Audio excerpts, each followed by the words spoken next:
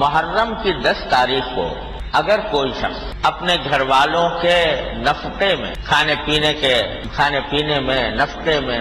خرچے میں وسعت سے کام لے تو اللہ تعالیٰ اس کی برکت سے اس کو سارے سال اس کے روزی میں انشاءاللہ برکت رہے. یہ بھی سرکار دو عالم صلی اللہ علیہ وسلم کی ایک حدیث میں آیا ہے. لہذا عاشورہ کے دن عام دنوں کے مقابلے میں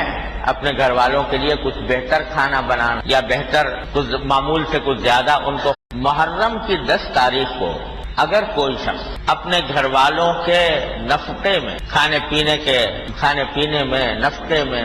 خرچے میں وسعت سے کام لے تو اللہ تعالیٰ اس کی برکت سے اس کو سارے سال اس کے روزی میں انشاءاللہ برکت رہے. یہ بھی سرکار دو عالم صلی اللہ علیہ وسلم کی ایک حدیث میں آیا ہے. لہذا عاشورہ کے دن